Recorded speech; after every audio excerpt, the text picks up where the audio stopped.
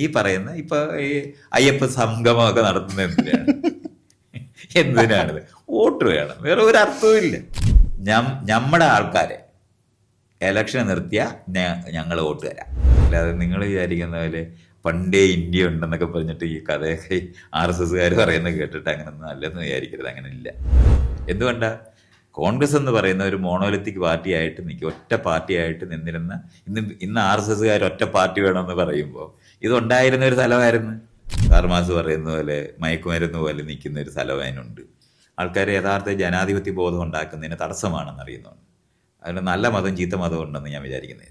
കേരളത്തിനകത്ത് എന്താണ് രജപുത്രന്മാരെന്നൊക്കെ പറയുന്നത് പല ബന്ധമുണ്ട്. ക്ഷത്രിയർ എന്നൊക്കെ പറയുന്നവരൊക്കെ ഇവിടെ അവസാനം ഈ മാർത്താണ്ഡവർമ്മ എന്ന് പറഞ്ഞാൽ നായന്മാരുടെ വിഭാഗമാണ്. 8 വീട്ട് പിള്ളയുടെ ബന്ധുവല്ലേ. 8 വീട്ട് പിള്ളയും മാർത്താണ്ഡവർമ്മയും എങ്ങനെ ഉണ്ടാവും?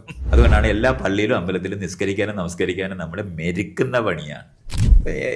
എന്നെ പോലെ ഒരുത്തനെ എവിടെങ്കിലും ഇവിടുത്തെ ഏതെങ്കിലും ഒരു കോൺസ്റ്റിറ്റ്യൂൻസി നിർത്തി ജയിപ്പിക്കാൻ പറ്റുമോ? മതവിഭാഗങ്ങൾക്ക് ഏറ്റവും ഒരു ഐക്യപ്പെടാതെ ഒരു രാഷ്ട്രീയ പാർട്ടിക്കും ജയിക്കാൻ പറ്റത്തില്ല. ധനമുണ്ട്. ഇപ്പം ഇയാൾ നേരത്തെ പറഞ്ഞ NSS ധനമുണ്ട്, വെള്ളാപ്പള്ളി നടേശൻ്റെ ധനമുണ്ട്. ഇതേപോലെ ഈ ഇന്ത്യ മുഴുവൻ എടുത്തു നോക്കിയാൽ മതി, ജാതി മത സംഘടനകളിൽ ഇഷ്ടം പോലെ ധനമുണ്ട്. അത് മുഴുവൻ ഈ അമ്പലത്തിൽ നിന്ന് പിരിക്കുന്നതാണ്. സമാന്തരമായി ജനാധിപത്യ സംവിധാനങ്ങൾ ഉണ്ടാക്കാതിരിക്കുകയും വിദ്യാഭ്യാസത്തിനകത്തൂടെ പൗരബോധം ഉണ്ടാക്കാതിരിക്കുകയും പഴയ അമ്പലത്തിലും പള്ളിയിലും ആൾക്കാർ പോവുകയും ചെയ്താൽ താൻ ഈ പറയുന്ന എല്ലാ തീട്ട സംഘടനകളും ഉണ്ടാകും. അല്ലാതെ ഈ സോഷ്യൽ മീഡിയയിലെ ഈഴവ സംഘം, ചാവേർ സംഘം, ബ്രാഹ്മണ സംഘം എന്ന് പറഞ്ഞിട്ടുള്ള അവർക്ക് വേറെ ഐഡന്റിറ്റിയെ പറ്റി ഒരു വിവരവും ഇല്ല. അമേരിക്ക 1ാമത്തെ രാജ്യമായിട്ടാണ് വെക്കുന്നത്. പക്ഷെ അവിടുത്തെ ഏത് സ്റ്റേറ്റിൽ പോയാലും അവിടെ വീടില്ലാത്ത ആൾക്കാർ കിടപ്പുണ്ട്. ആ വീടില്ലാത്ത ആൾക്കാർ കേരളത്തിൽ കിടക്കുന്നില്ല. ആ ആഫ്രിക്കക്കാരെ മുഴുവൻ വെറുക്കാൻ വേണ്ടി പഠിപ്പിച്ചിട്ടുള്ളവരാണ് ഈ ഹിന്ദുക്കള്.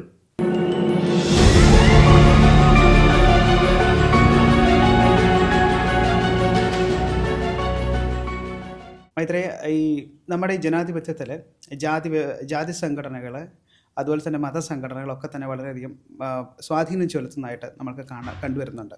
അതോടൊപ്പം തന്നെ ഈ ആധുനിക സമൂഹത്തിൽ അല്ലെങ്കിൽ യങ്സ്റ്റേഴ്സ് കൂടുതലായിട്ട് ജാതിയായിട്ട് കൂടുതൽ അടുക്കുന്നു.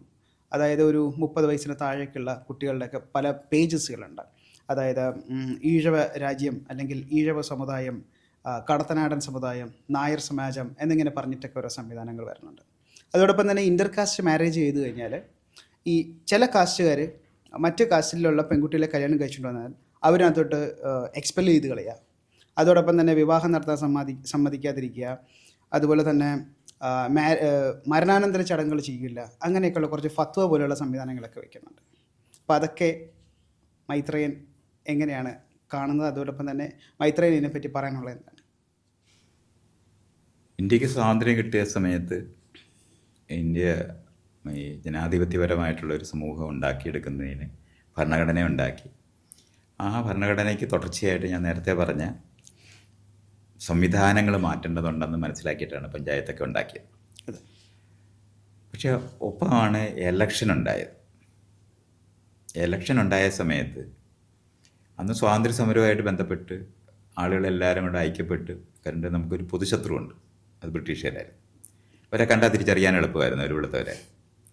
അപ്പോൾ അവരെ അറിയുകയും അവരെ മാറ്റാനും വേണ്ടി ആളുകൾ പല സമൂഹങ്ങളിലുള്ളവർ, കേരളം തന്നെ നമ്മളെടുത്താൽ ബ്രിട്ടീഷുകാരുടെ കാലത്ത് 3 പ്രദേശമായിട്ട് തിരിഞ്ഞു നിൽക്കുകയാണ് ചെയ്യുന്നത്. തിരുവിതാംകൂർ, കൊച്ചി, മലബാർ. 3 ഭരണ സംവിധാനങ്ങളാണ്. അതിൽ മലബാർ ബ്രിട്ടീഷുകാരുടെ കീഴിലായി, സമുദ്രിയൊക്കെ പോയി അവിടെ ബ്രിട്ടീഷുകാരുടെ കീഴിലായി. അതേസമയം കൊച്ചിയും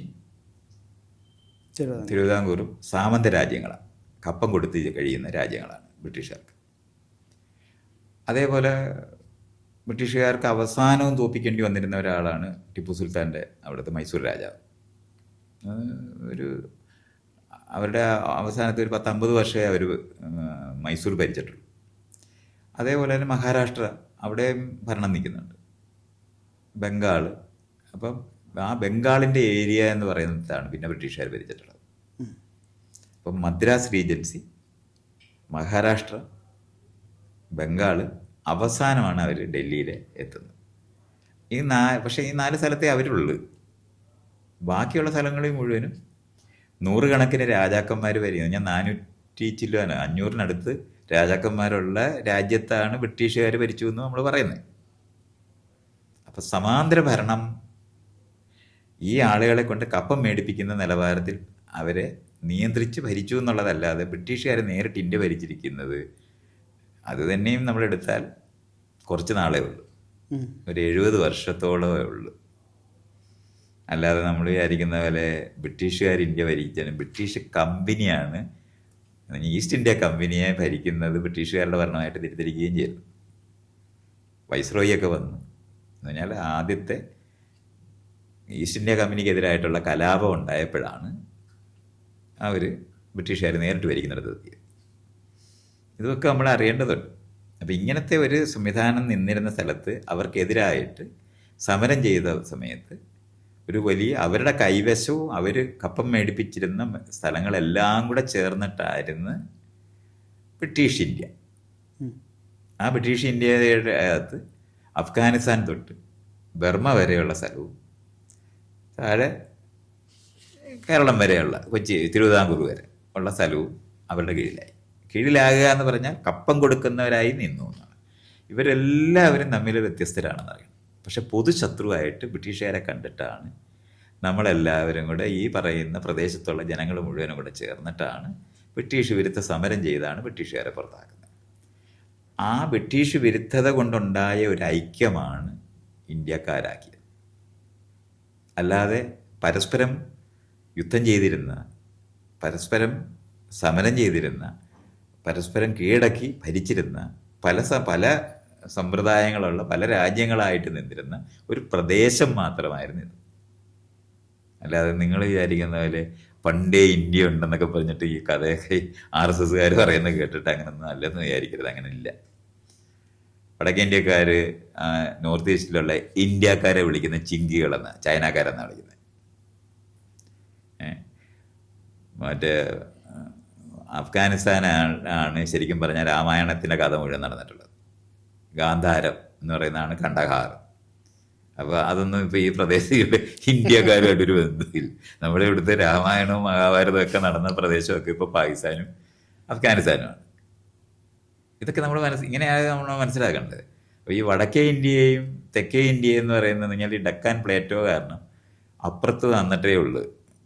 ഇവരുടെ ഈ വലിയ മഹാരാജ്യം എന്നൊക്കെ പറഞ്ഞ് വലിയ രാജാക്കന്മാരെ പറ്റിയൊക്കെ നമ്മളിങ്ങനെ പറയും. ഹർഷനെ പറ്റി പറയും, അശോകനെ പറ്റി പറയും, മുഗളന്മാരെ പറ്റി പറയും. ഇവരാരും ഈ തെക്കേ ഇന്ത്യയിലോട്ട് വന്നിട്ടേ ഇല്ല. അത് നമ്മളറിയണം. ഹൈദരാബാദ് വരെയാണ് വന്നിട്ടുള്ളത്, അതിനിപ്പുറത്തോട്ടൊന്നും വന്നിട്ടേ ഇല്ല. അപ്പം വീണ്ടും അവർ ഭരിക്കുന്ന സമയത്ത് കപ്പ കൊടുത്തിട്ടുണ്ടാകും. അപ്പം അശോകൻ്റെ കാലത്തൊക്കെ ഇവിടെ വേണമെങ്കിൽ കപ്പ കൊടുത്തിട്ടുണ്ടാകും. അല്ലാതെ അവരുടെ കീഴിലല്ല. ഇതുമൊക്കെ നമ്മളിങ്ങനെ അറിയണം. അപ്പം ഒരു വലിയ പ്രദേശം മുഴുവനും കൂടെ ഒന്നിച്ച് നിന്ന് അവർ ഭരണവ്യവസ്ഥയ്ക്ക് കീഴിലായിട്ടില്ല. നമ്മൾ ഇന്ന് കാണുന്ന ഇപ്പോൾ ബ്രിട്ടീഷുകാർ ഉണ്ടാക്കിയ ഇന്ത്യ, ബ്രിട്ടീഷ് ഇന്ത്യ കൈമാറ്റം ചെയ്തപ്പോൾ തന്നെ അത് മുറിഞ്ഞ് അഫ്ഗാനിസ്ഥാൻ പോയി, പാകിസ്ഥാൻ പോയി, ബംഗ്ലാദേശ് എന്ന് പറഞ്ഞാൽ അതും ഈസ്റ്റ് പാകിസ്ഥാനായിരുന്നു. ഇങ്ങനെയൊക്കെ മാറിയിട്ടുള്ള ഒരു പ്രദേശമാണ് നമ്മൾ ഇന്ന് ഇന്ത്യ എന്ന് പറയുന്നത്. ഈ തരത്തിലുള്ള ഉണ്ടായിരുന്ന ഒരു പ്രദേശത്തെ ജനങ്ങൾ പരസ്പരം ഭാഷ കൊണ്ട് യോജിച്ചിട്ടില്ല. സംസാരിച്ചാൽ ഒരാൾക്ക് മനസ്സിലാകത്തില്ല. പരമാവധി തെക്കേ ഇന്ത്യയിൽ തമിഴരും മലയാളികളും തമ്മിൽ സംസാരിച്ചാൽ മനസ്സിലാകും. തമിഴരും കന്നഡക്കാരും തമ്മിൽ സംസാരിച്ചാൽ മനസ്സിലാകും. കന്നഡക്കാരും തെലുങ്കരും തമ്മിൽ സംസാരിച്ചാൽ മനസ്സിലാകും, കുറച്ച് മനസ്സിലാകും. പക്ഷെ അപ്പോഴും അവരെല്ലാവരും വ്യത്യസ്തരായിരുന്നു, വ്യത്യസ്തമായ സാമ്രാജ്യങ്ങളിലുള്ളവരായിരുന്നു. മറാത്ത സാമ്രാജ്യത്തിൽപ്പെടുന്നവരല്ല നമ്മളാരും, ഡൽഹി സാമ്രാജ്യത്തിൽപ്പെടുന്നവരല്ല നമ്മളാരും, ബംഗാളിലുണ്ടായിരുന്ന ഭരണ സംവിധാനങ്ങളുമായിട്ട് ഒരു ബന്ധവും നമുക്ക് ആർക്കും ഇല്ല. നോർത്ത് ഈസ്റ്റിലുള്ളവരൊക്കെ ആണെങ്കിൽ അവരെ ചിങ്കികളെന്നാണ് ഞാൻ പറഞ്ഞ വടക്കേ ഇന്ത്യക്കാർ വിളിക്കുന്ന കാരണം കൊണ്ട് തന്നെ ഇല്ല. പഞ്ചാബിലുള്ള സിഖുകാരും മറ്റുള്ളവരും തമ്മിൽ ബന്ധമില്ല. ഇങ്ങനെ കഴിഞ്ഞിരുന്ന ഒരു പ്രദേശമാണ്. കാശ്മീരാണെങ്കിൽ ഇതിൻ്റെ വേറെ രാജ്യം തന്നെ. ഒരു മല തുറന്ന് അപ്പുറത്ത് ചെന്നാൽ മാത്രമേ അവരുടെ അടുത്തോട്ട് തന്നെ അവർ ആ ജനതയെ കണ്ടാൽ തന്നെ വടക്കേ ഇന്ത്യക്കാരുമായിട്ട് ഒരു ബന്ധമില്ല. ഇങ്ങനെയൊക്കെ നിന്നിരുന്ന ഈ പ്രദേശം മുഴുവനും കൂടെ ചെയ്തപ്പോൾ ഈ മുഗളന്മാരവിടെ പോയി കീഴടക്കി അവിടെ കുറേ തോട്ടമൊക്കെ വെച്ചപ്പോഴാണ് ആദ്യമായിട്ട് നമ്മൾ ആ പ്രദേശത്തുള്ളവരൊക്കെ ഈ ഇന്ത്യക്കാരുടെ കൂടെ കൂടുന്നതൊക്കെ. ഇതെല്ലാം ഇങ്ങനെ അറിയണം നമ്മൾ. അപ്പം ഇങ്ങനത്തെ ഐക്യം ആ ലെവലിൽ ഭാഷാപരമായിട്ടോ സാംസ്കാരപരമായിട്ടോ, സാംസ്കാരികമായിട്ടൊന്നും നമ്മൾ ഈ പറയുന്ന ജാതി സമ്പ്രദായം എന്ന് പറയുന്ന ഓരോ പ്രദേശത്തും വ്യത്യസ്തമായ ജാതി സമ്പ്രദായം.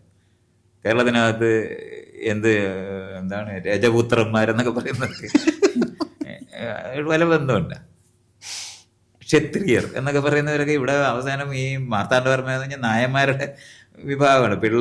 8 വീട്ട് പിള്ളയുടെ ബന്ധുവല്ലേ. 8 വീട്ട് പിള്ളയും മാർത്താണ്ഡവർമ്മയും എങ്ങനെ ഉണ്ടാവും? അത് ഒരു ബ്രാഹ്മണന്മാർ നടത്തി കൊടുത്തിയ ഒരു ചടങ്ങ് കൊണ്ടാണ് ഇയാൾ വർമ്മയാകുന്നത്. കല്യാണം കഴിക്കണമെങ്കിൽ അച്ചി വീട്ടിൽ പോകണം, പെണ്ണ് നായരായിട്ടിരിക്കും. നല്ല തമാശയല്ലേ ഇതൊക്കെ? നമ്മൾ ഇങ്ങനെയൊക്കെയാണ് മനസ്സിലാക്കേണ്ടത്. അതുകൊണ്ട് ഈ ജാതി സമ്പ്രദായം എന്ന് പറയുന്നത് ഓരോ പ്രദേശത്തിനനുസരിച്ച് വ്യത്യസ്തമാണ്. കീഴടക്കപ്പെട്ടവരും അല്ലാത്തവരും ഒക്കെ ആയിട്ടൊക്കെ മനസ്സിലാക്കണം എത്ര തരത്തിലിരുന്നവരാണ്. ഇവരെല്ലാവരും കൂടെ ചേർന്ന് ഇന്ത്യക്കാരാണെന്ന് തെറ്റിദ്ധരിച്ചു എന്നുള്ളതേ ഉള്ളൂ. അപ്പോൾ ബ്രിട്ടീഷുകാരങ്ങ് പോയി കഴിഞ്ഞപ്പോൾ ഇന്ത്യക്കാരായിട്ടിരിക്കുന്നവരെന്ന് പറയുന്നത് ബലമുള്ളവരെ എന്ന് പറഞ്ഞാൽ ബ്രിട്ടീഷ് ഇന്ത്യക്കകത്ത് അവരുണ്ടാക്കിയ ഒരു പട്ടാളമുണ്ട്, ബ്രിട്ടീഷ് ഇന്ത്യ പട്ടാളം. സിഖ് അവരങ്ങനെയായിരുന്നു, ഓരോ വിഭാഗമായിട്ടാണ് തിരിച്ചിരുന്നത്. ജാതി അനുസരിച്ചിട്ട് മതം അനുസരിച്ചിട്ട് അവരുണ്ടാക്കിയത്. സിഖ്, ഗൂർഖ, മദ്രാസ് എന്നൊക്കെ പറഞ്ഞിട്ടാണ്. റെജിമെന്റ് അല്ല, അത് ഇവിടെ കേരളത്തിലല്ല. അത് കുട്ടി പഠിക്കരുത് ഇയാള്. ബ്രിട്ടീഷുകാർ ഉണ്ടാക്കിയിട്ട് ബ്രിട്ടീഷുകാരെ ഭരിച്ചിട്ടില്ല. അത് നായർ പടയാ, അതിൻ്റെ റെജിമെന്റ് അല്ല. അപ്പൊ ഇതുപോലൊക്കെ നമ്മൾ മനസ്സിലാക്കണം. അപ്പൊ അങ്ങനെയൊക്കെ നിന്നിരുന്ന ഒരു സ്ഥലത്ത് ഈ പട്ടാളത്തിന്റെ ബലം കൊണ്ടാണ് നമ്മൾ ഇന്ത്യ ഉണ്ടാക്കി. ഇന്ത്യൻ പറഞ്ഞാൽ ഇന്ത്യ ഭരണ സംവിധാനം കൈമാറ്റം ചെയ്യുമ്പോൾ പട്ടാളത്തിന്റെ അധികാരം ആ കൈമാറ്റം ചെയ്തവരുടെ കയ്യിലായി. ആ പട്ടാളത്തിന്റെ ബലത്തിലാണ് ഈ 400 രാജാക്കന്മാരും കീഴടങ്ങി ഇന്ത്യയിൽ ലയിച്ചു എന്നൊക്കെ പറയുമ്പോൾ അങ്ങനെ ലയിച്ചിട്ടൊന്നുമില്ല. വ്യത്യസ്തമായ ഭരണ സംവിധാനവും ഭാഷയൊക്കെ ആയിട്ട് നിൽക്കുന്നത്. അതുകൊണ്ടാണ് നമുക്ക് ഭാഷാ സംസ്ഥാനങ്ങൾ ഉണ്ടാക്കാൻ ബാധ്യത വന്നത്. കാരണം ഒറ്റ ഒരു ഭാഷ കൊണ്ട് എല്ലാവരെയും പറഞ്ഞ് മനസ്സിലാക്കാനൊക്കത്തില്ല. അപ്പോൾ അത് കാരണം കൊണ്ട് വടക്കേ ഇന്ത്യയിൽ പൊതുവായിട്ട് വേണമെങ്കിൽ ഹിന്ദിയുണ്ട്. പക്ഷെ എന്ന് പറയുമ്പോഴും ഗുജറാത്തിയുണ്ട്, രാജസ്ഥാനിയുണ്ട്, ബീഹാറിയുണ്ട്, പിന്നെ ഭോജ്പൂരി, ബംഗാളി, എത്ര ഭാഷ, പഞ്ചാബിയൊക്കെ നിൽക്കുകയല്ലേ.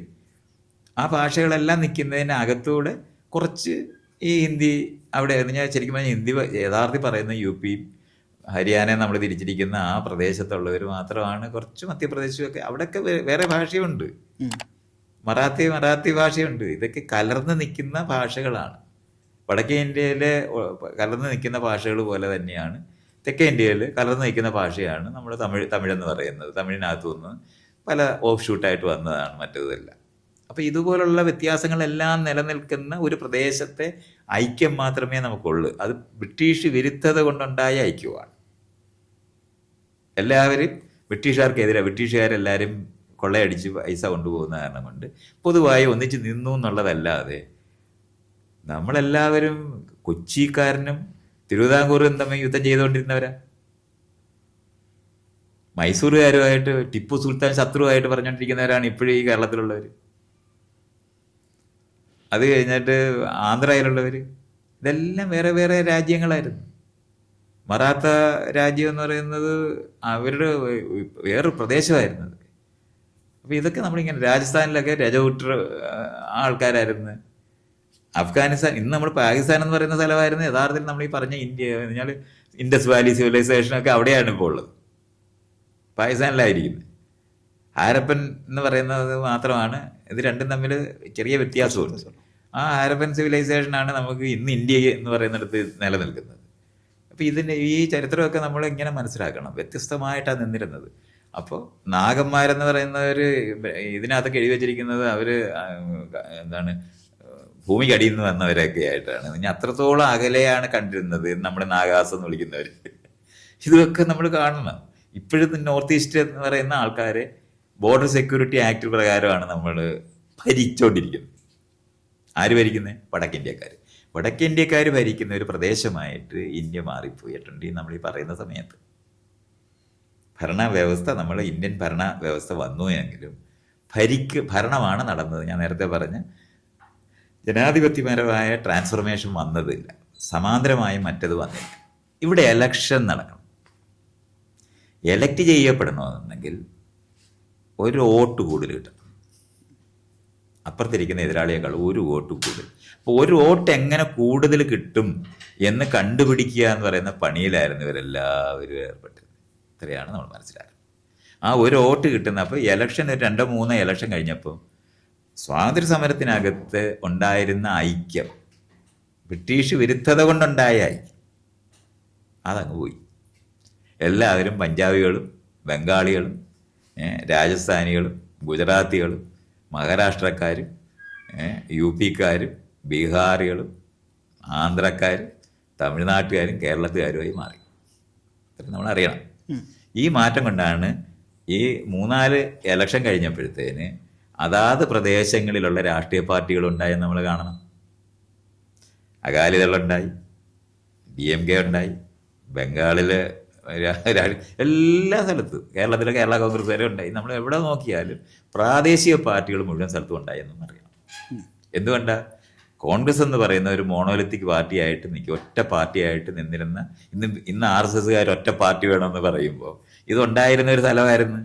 അതിനകത്ത് ഒരു ജനാധിപത്യവും ഇല്ലെന്നുള്ളതാണ്. ഇത്രയാണ് നമ്മൾ മനസ്സിലാക്കേണ്ടത്. അപ്പോൾ കോൺഗ്രസിനകത്ത് പ്രാദേശികമായിട്ട് UP-ക്കകത്ത് 85 സീറ്റ് ഉണ്ടായിരുന്നു. സൗത്ത് ഇന്ത്യയിലുള്ള മുഴുവൻ സീറ്റും കൂടെ ചേർന്നതിനേക്കാളും കൂടുതൽ UP-യിലുള്ളത്. ഇങ്ങനെ വന്ന കാരണം കൊണ്ട് UP-യിലുള്ളവർ തന്നെ ഭരിക്കത്തുള്ളൂ. കാരണം ഭരണമാണ് നടത്തിക്കൊണ്ടിരിക്കുന്നത്, പഞ്ചായത്തുകൾ ഡെവലപ്പ് ചെയ്യുന്നില്ല. അപ്പോൾ ഇങ്ങനെ വന്ന സമയത്ത് ഇലക്ഷന് ജയിക്കാൻ ഏറ്റവും എളുപ്പമാണെന്ന് ഓരോ രാഷ്ട്രീയ പാർട്ടിയും കണ്ടുപിടിക്കുന്നുണ്ട്. എന്ത് കണ്ടുപിടിക്കുന്നുണ്ട്? പ്രാദേശികമായിട്ടുള്ള രാഷ്ട്രീയ പാർട്ടി ഉണ്ടാക്കുക എന്ന് പറയുന്ന ഒന്ന്. 2, രാജാവിനെ മാറ്റിയതേ ഉള്ളൂ, രാജാവിൻ്റെ സംവിധാനം മാറ്റിയില്ല.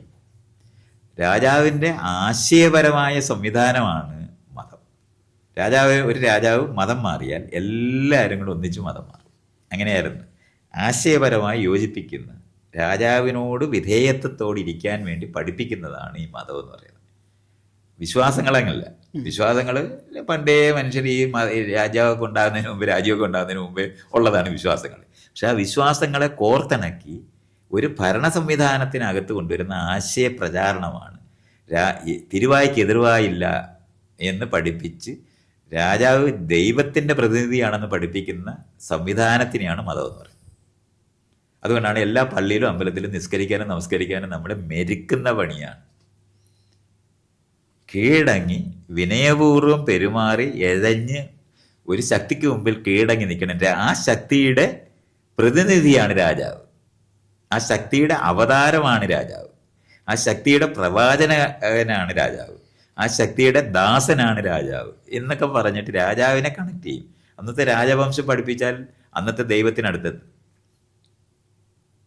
നമ്മളിപ്പോൾ രാമൻ്റെ കഥ എടുത്ത് പഠിപ്പിക്കുമ്പോഴും സൂര്യവംശം, അന്ന് സൂര്യനാണ് രാജാവ്, ചന്ദ്രവംശം, ഇങ്ങനെ നമ്മൾ നോക്കുകയാണെങ്കിൽ ഈ ദൈവസങ്കല്പത്തിനകത്ത് എത്തിച്ചേരും. ദൈവം അവതരിച്ചാണ് ഇവരെല്ലാം ഉണ്ടായെന്ന് ആദ്യം പഠിപ്പിച്ച്. പിന്നെ അതത്ര സംശയമൊക്കെ വരുമ്പോഴത്തേനാണ് അല്ല ദൈവത്തിന് വേണ്ടിയാണെന്ന് പറയുന്ന പ്രതിനിധിയാകുക, ദൈവം പറഞ്ഞിട്ടാണ് ഞാൻ ഇതെല്ലാം ചെയ്തത്, അങ്ങനെ പ്രവാചകന്മാർ ലോകത്തുണ്ടായത്, എല്ലാം അങ്ങനെയാണ്. അങ്ങനെ ഈ മതം എന്ന് പറയുന്നത് രാജാവിൻ്റെ ആശയപരമായി ആളുകളെ ഒന്നിപ്പിച്ച് നിർത്തുന്നതിനുള്ള സംവിധാനമാണ്. കീഴടക്കി പെരുമാറാൻ പഠിപ്പിക്കുക, പരിശീലിപ്പിക്കുക. അപ്പോൾ അമ്പലത്തിലും പള്ളികളിനകത്തും മതപാഠശാലകളിനകത്തും മദ്രസകളിനകത്തും ഒക്കെ പഠിപ്പിക്കുന്നത് നമസ്കരിക്കാനും നിസ്കരിക്കാനുമാണ്, ഒരു ശക്തിക്ക് മുമ്പിൽ കീഴടങ്ങി പ്രവർത്തിക്കാനാണ്. ഇതൊക്കെ നമ്മൾ മനസ്സിലാക്കേണ്ടത്. അപ്പോൾ ഗുരുകുലങ്ങളിൽ എന്ത് പഠിപ്പിക്കും? ധർമ്മം അനുസരിച്ച് നീ ഏത് സ്ഥലത്ത് ജനിച്ചോ ജനിച്ചതിനനുസരിച്ച് പണി ചെയ്യണം, ധർമ്മം സ്വധർമ്മം അനുസരിച്ച് പെരുമാറണം. ഇങ്ങനെ പഠിപ്പിച്ച് വളരെ സിസ്റ്റമാറ്റിക്കാക്കി കീഴടക്കി ഓരോ ഒരുത്തനുണ്ടാക്കുന്നതിനകത്തുനിന്ന് ഒരു പങ്ക് രാജാവിന് കൊടുക്കുക എന്ന് പറയുന്ന പണിയായിരുന്നു ചെയ്തുകൊണ്ടിരുന്നത്. ഇത് പിരിച്ചു കൊടുക്കുന്ന ആൾക്കാരായിരുന്നു ഈ അമ്പലത്തിലും പള്ളിയിലും ഇരുന്ന ഈ അച്ഛന്മാരും ഈ ഹാജിമാരും ഈ പുരോഹിതന്മാരും എല്ലാം. അമ്പലത്തിൽ കാശിടുമല്ലോ, അപ്പം നേരിട്ട് രാജാവ് ചുങ്കം പിരിക്കും. അത് കഴിഞ്ഞിട്ട് പിന്നെ വിഷമം വരുന്ന സമയത്ത് കൊണ്ടുപോയി അമ്പലത്തിലിടുന്ന പൈസയും കൂടെ അയാൾ കൊണ്ടുപോകും. പക്ഷെ രാജാവിനെ നമ്മൾ ഈ ജനാധിപത്യം വന്നപ്പോൾ അങ്ങ് മാറ്റി. ഈ അമ്പലത്തിൽ കാശിടുന്ന കാര്യം പറഞ്ഞിട്ട് നിർത്തിയിട്ടില്ല. ആ കാശ് മുഴുവനും കൂടെ ഈ മത നേതാക്കന്മാരുടെ കയ്യിലായി. അങ്ങനെ മത നേതാക്കന്മാർ രാജാവിന് പകരം ഭയങ്കര പണക്കാരായി മാറി. അതുകൊണ്ട് ഇപ്പോൾ ഈ അമ്പലങ്ങളിൽ മുഴുവനും കൊണ്ടുപോയി ആൾക്കാർ ഇടുകയല്ലേ പൈസ, അവരുടെ വിഷമം. പക്ഷേ ഈ പൈസ രാജാവിന് പോകാതായി, രാജാവിനെ മാറ്റിക്കളഞ്ഞു, പെൻഷനും കൊടുത്ത് വിട്ട്, പ്രിവി പേഴ്സും ഒക്കെ കൊടുത്ത്. അപ്പോൾ എന്ത് പറ്റി? ഈ പണം മുഴുവൻ ഈ മത നേതാക്കളുടെ കയ്യിലായി. ഇത് ഈ സ്വാതന്ത്ര്യ സമരത്തിന് ശേഷം ഉണ്ടായ സംഭവമാണ് ഞാൻ ഈ പറയുന്നത്. അവരെന്ത് പറഞ്ഞാൽ ഈ പണം ഉപയോഗിച്ചിട്ട് ഈ ആൾക്കാരെ സംഘടിപ്പിച്ച് നിർത്തും. അപ്പോൾ എലക്ഷൻ വരുന്ന സമയത്ത് ഈ ആൾക്കാരെ മുഴുവനും ആരാണോ സംഘടിപ്പിച്ച് നിർത്തിയിരിക്കുന്നവരുമായിട്ട് ഒരു ഐക്യം ഉണ്ടാക്കുക. അതൊരു രാഷ്ട്രീയ പാർട്ടിയും ജയിക്കത്തില്ലെന്ന് വന്നു. ഇപ്പം രാഷ്ട്രീയ പാർട്ടിക്കാർക്ക് ആദ്യം സ്വാതന്ത്ര്യ സമരത്തിനകത്ത് ഞങ്ങൾ എന്താണ് ബ്രിട്ടീഷ് വിരുദ്ധരാണ് ഞങ്ങൾ എന്ന് പറഞ്ഞാൽ മതിയായിരുന്നു. അന്നൊക്കെ 1-2 പേർക്കൊക്കെ എവിടെ വേണേലൊക്കെ നിന്ന് ജയിക്കാൻ പറ്റുമായിരുന്നു, അവരറിയപ്പെട്ടവരായി. പക്ഷേ മത നേതാക്കന്മാരുടെ കയ്യിൽ പണം ഉണ്ടാകുകയും ഈ പറയുന്ന ആൾക്കാരെ മുഴുവനും ഒരു കോച്ചു വില കീറിട്ട് കുഞ്ഞാടുകളെ എല്ലാം കൂടെ ഒരു കോർബലെ കോർത്ത് അവർ നിർത്താൻ ആർക്ക് കഴിഞ്ഞോ ആ കഴിഞ്ഞവരുമായിട്ടൊരു ഐക്യം ഉണ്ടാക്കാതെ അവരുടെ ഇടയിൽ നിന്ന് ഒരാളെ നിർത്താതെ ഭരിക്കാൻ പറ്റത്തില്ല എന്ന് വന്നു. ഒരു വോട്ട് കിട്ടി ജയിക്കണ്ടേ? അല്ലാതെ നിങ്ങൾക്ക് വോട്ടില്ലാതെ ഞാൻ എന്നെ പോലെ ഒരുത്തനെ എവിടെങ്കിലും ഇവിടുത്തെ ഏതെങ്കിലും ഒരു കോൺസ്റ്റിറ്റ്യൂൻസി നിർത്തി ജയിപ്പിക്കാൻ പറ്റുമോ? ഇപ്പം പറ്റത്തില്ല. ഇത്രയും ഇപ്പോഴല്ലേ, ഒരു സമയത്ത് പറ്റത്തില്ല. സ്വാതന്ത്ര്യ സമരത്തിനകത്ത് ഞാൻ പങ്കെടുത്തിരുന്നെങ്കിൽ അങ്ങനെ അതിൻ്റെ ഒരു മൂച്ചിൽ പറയാൻ പറ്റും. അവന്മാരെല്ലാം ചത്തുപോയി. ആ പാരമ്പര്യം, സ്വാതന്ത്ര്യ സമര പാരമ്പര്യം ഇല്ലാത്ത ആൾക്കാരുടെ ലോകം ഉണ്ടാകുകയും ഈ പറയുന്ന നമ്മുടെ ആൾക്കാർ, അപ്പം നമ്മുടെ സ്കൂളിനകത്ത് ഞാൻ ഭരണഘടന വായിച്ചോ ഇല്ലയോ എന്നൊക്കെ ഇയാൾ നേരത്തെ ചോദിച്ചില്ലേ, ആ സമയത്ത് അതുപോലത്തെ സാധനങ്ങൾ പഠിപ്പിച്ച് ജനാധിപത്യപരമായിട്ടുള്ളൊരു ബോധരൂപീകരണം നടന്നിട്ടുണ്ടോ? അതുമില്ല, അത് നടന്നിട്ടില്ല. ഈ ക്ലാസ് റൂമിനകത്ത് ബ്രിട്ടീഷുകാർ സ്കൂളുണ്ടാക്കിയ സമയത്ത് അവരെന്തിനാണ് സ്കൂളുണ്ടാക്കിയത്? ബ്രിട്ടീഷുകാർക്ക് ഇന്ത്യക്കാരെ കൊണ്ട് ഇന്ത്യ ഭരിക്കണം, അല്ല ബ്രിട്ടനിലുള്ള മുഴുവൻ പേരും കൂടെ വന്നാലും ഭരിക്കാൻ പറ്റത്തില്ല. അപ്പോൾ അത് കാരണം കൊണ്ട് ബ്രിട്ടീഷുകാർക്ക് വേണ്ടത് ഇന്ത്യക്കാരെ അവർക്ക് വേണ്ടി ഭരിക്കുന്ന ആൾക്കാരായിട്ട് മാറ്റണം. അപ്പോൾ അവർ പറഞ്ഞ് രാഷ്ട്രീയം പാടില്ല സ്കൂളുകളിൽ. പക്ഷേ ജനാധിപത്യം വന്നപ്പോൾ എന്ത് പറ്റി? 18ാമത്തെ വയസ്സ് വോട്ട് കൊടുക്കണം, സ്കൂളിൽ രാഷ്ട്രീയം പാടില്ല, കോളേജിൽ രാഷ്ട്രീയം പാടില്ല, വീട്ടിൽ രാഷ്ട്രീയമില്ല. പിന്നെ എവിടെ നിന്ന് പഠിക്കും? എങ്ങൊന്നും പഠിച്ചില്ല. അതുകൊണ്ടാണ് തന്നെ ഗ്രാമസഭയിൽ പോകാതിരുന്നത്. തനിക്ക് അറിഞ്ഞൂടാ, തനിക്കത് ചെയ്യേണ്ടതാണെന്ന് അറിഞ്ഞൂടാ. തന്നെ ആരും പഠിപ്പിച്ചിട്ടില്ല, തൻ്റെ വീട്ടുകാരും പഠിപ്പിച്ചിട്ടില്ല. പിന്നെന്തോ പഠിപ്പിക്കുന്നത്? എല്ലാ വീടും രാജാവിന് വേണ്ടി ഉണ്ടാക്കിയിട്ടുള്ള മെക്കാനിസങ്ങളുള്ള വീടുകളാണതെല്ലാം. എല്ലാ അമ്പലത്തിലും എല്ലാ വീട്ടിനകത്തും ഒരു പൂജാമുറിയൊക്കെ ഉണ്ടാക്കി അവിടെ കീഴടങ്ങാൻ പഠിപ്പിക്കുക എന്നുള്ളതാണ് ഈ ചെയ്തുകൊണ്ടിരിക്കുന്നത്. അല്ലാതെ വ്യക്തിപരമായി സ്വന്തമായി തീരുമാനമെടുത്ത് ഓരോന്ന് ചെയ്യണമെന്ന് പറയുന്ന ആളാകുന്ന ഒരു പണിയും ചെയ്തിട്ടില്ല. ഇത്രയാണ് നമ്മൾ മനസ്സിലാക്കേണ്ടത്. അപ്പോൾ ആ മാറ്റം ഇല്ലാതിരിക്കുന്ന ജനതയും ഇലക്ഷനകത്ത് നേരത്തെ പറഞ്ഞ സ്വാതന്ത്ര്യ സമരത്തിൻ്റെ ഈ കാലത്തുണ്ടായിരുന്ന പാരമ്പര്യമുള്ള ആളുകളില്ലാതാകുന്ന സമയത്ത് ഈ കുഞ്ഞാടുകളെ നിലനിർത്തിയിരുന്ന മതവിഭാഗങ്ങൾക്ക് ആയിട്ട് ഒരു ഐക്യപ്പെടാതെ ഒരു രാഷ്ട്രീയ പാർട്ടിക്കും ജയിക്കാൻ പറ്റത്തില്ല. അപ്പോൾ നമ്മുടെ ആൾക്കാരെ ഇലക്ഷൻ നിർത്തിയാൽ ഞങ്ങൾ വോട്ട് തരാം എന്ന് മതവിഭാഗങ്ങൾ പറയുമ്പോൾ അതിനനുസരിച്ച് ചെയ്യുന്നില്ലെന്നുണ്ടെങ്കിൽ ഒരു രാഷ്ട്രീയ പാർട്ടിയിൽ ഒരാളും ജയിക്കത്തില്ല. ഇതാണ് യാഥാർത്ഥ്യം. അപ്പോൾ നമ്മളിപ്പം നോക്കുമ്പം ഈ സകല സ്ഥലങ്ങളിനകത്തും ജാതി മത സംഘടനകളിനകത്തെ ബാർഗൈനിങ്, ഈ ഇലക്ഷന് ബാർഗെയിൻ ചെയ്യാൻ പറ്റുന്നവരായിട്ട് അവർ മാറി. ധനമുണ്ട്. ഇപ്പം ഇയാൾ നേരത്തെ പറഞ്ഞ NSS ധനമുണ്ട്, വെള്ളാപ്പള്ളി നടേശൻ്റെ ധനമുണ്ട്. ഇതേപോലെ ഈ ഇന്ത്യ മുഴുവൻ എടുത്ത് നോക്കിയാൽ മതി, ജാതി മത സംഘടനകളിൽ ഇഷ്ടം പോലെ ധനമുണ്ട്. അത് മുഴുവൻ ഈ അമ്പലത്തിൽ നിന്ന് പിരിക്കുന്നതാണ്. ഇത്രയും നമ്മൾ മനസ്സിലാക്കേണ്ടത്. ഒരു പാടുമില്ലാതെ ഈ ഇതിനകത്തുണ്ട് ഇത്. കാരണം സ്കൂളിനകത്ത് ഈ അമ്പലത്തിൽ കൊണ്ട് ഈ കാശ് കളയണ്ട എന്ന് പറഞ്ഞിട്ടില്ല. ആ സാധനം പഠിപ്പിക്കുന്നതല്ല. അവിടെ പരമാവധി പ്രാർത്ഥനയാണ് ഇപ്പോഴും ഉള്ളത്. രാവിലെ പ്രാർത്ഥന കഴിഞ്ഞിട്ടാണ് പോകുന്നത്. അല്ലാതെ ജീവൻ ഉടലെടുത്തത് ഭൂമിയിലാണെന്നും അല്ലെന്നുണ്ടെങ്കിൽ നമ്മളെല്ലാം പരിണമിച്ചുണ്ടായതാണെന്ന് പഠിപ്പിക്കുന്നത്. അത് സയൻസിന് പഠിപ്പിക്കും. സയൻസ് പഠിപ്പിക്കുന്നത് എന്തിനാണ്? സ്കൂളിൽ ജോലിക്ക് പോകാൻ. പഠിച്ചു കഴിഞ്ഞിട്ട് ജോലി കിട്ടും. ജീവിക്കേണ്ടതാ അത് വീട്ടിൽ അമ്മയും അച്ഛനും പഠിപ്പിക്കുക. അതാണ് ജീവിക്കുന്നത്. ഇങ്ങനെയാണ് നമ്മളുള്ളത്. അപ്പോൾ അത് കാരണം കൊണ്ട് ഈ മുഴുവൻ രാഷ്ട്രീയ പാർട്ടിക്കാരും ഒരക്ഷരവും പറയത്തില്ല. പണ്ടാണെന്നുണ്ടെങ്കിൽ ഈ സ്വാതന്ത്ര്യ സമരം കഴിയുന്ന സമയത്ത് ഇവിടുത്തെ കമ്മ്യൂണിസ്റ്റ് പാർട്ടിക്കകത്തോ അല്ലെന്നുണ്ടെങ്കിൽ നമ്മുടെ DMK എല്ലാം നോക്കിയാൽ മതി, ഇവിടെ എല്ലാം ഇന്റർകാസ്റ്റ് മാരേജ് നടക്കുമായിരുന്നു. ഇല്ല. കാരണം ഈ ജാതി മത സംഘടനകളെ ഭേദിച്ചിട്ട് ഉണ്ടാകുന്ന ബ്രിട്ടീഷ് വിരുദ്ധ സമരത്തിന്റെ ഭാഗമായിട്ടുണ്ടായ ഒരു ജനബോധം ഉണ്ടായിരുന്നു, അതങ്ങ് പോയി. ഇപ്പൊ വോട്ട് പോകുന്ന കാര്യമായിട്ട് അതെല്ലാം മാറി.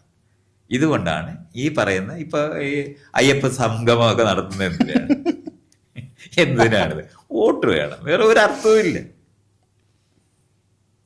നമ്മൾ മനസ്സിലാക്കാനുള്ള ഇത്തരത്തിലുള്ള എല്ലാ സാധനങ്ങളും. കുംഭമേള എന്തിനാണ് അവന്മാർ നടത്തുന്നത്?